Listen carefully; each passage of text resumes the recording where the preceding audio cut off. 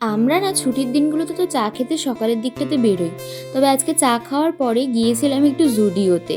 আর যাওয়ার পরেই না এই টপটা আমার বেশ ভালো লাগে, তো এটা নিয়ে নিয়েছিলাম। তারপরেই সন্ধ্যাবেলায় গিয়েছিলাম আমাদের শ্রীরামপুরের শ্মশানকালী মায়ের কাছে। আর পুজো যেহেতু কালকে, আজকে তো বেশ ফাঁকা ছিল, মন ভরে মাকে দেখা গেছে। আর পুজোর দিন এত পরিমাণে ভিড় থাকে, এত মালা দিয়ে মাকে ঢাকা থাকে, একটু ভালো করে দর্শন করা যায় না। তারপরেই চলে এসেছি আমরা চা খেতে। আর অভিকের কয়েকটা ভাইয়ের আসার কথা ছিল, তো আমরা কিছুক্ষণ ওয়েট করছিলাম।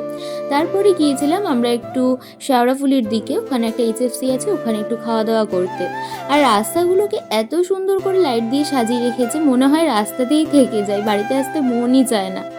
তারপরে বাড়িতে চলে এসেছি, আসার পর বোনদের সাথে একটু বাজি ফাটিয়ে নিচ্ছিলাম। আর এদিকে দেখো, কয়েকটা বাজি ফাটাতেই কি পরিমাণে ধোঁয়া এখানে হচ্ছে, আমি তাই দেখছিলাম। এখানে বোনরা বদমাইশি করে বাজির ডালাগুলোকে নিয়ে বরণ ডালা বানিয়ে ইয়ার্কি করছিল। তো চলো, আজকের মতো এতটাই, টাটা।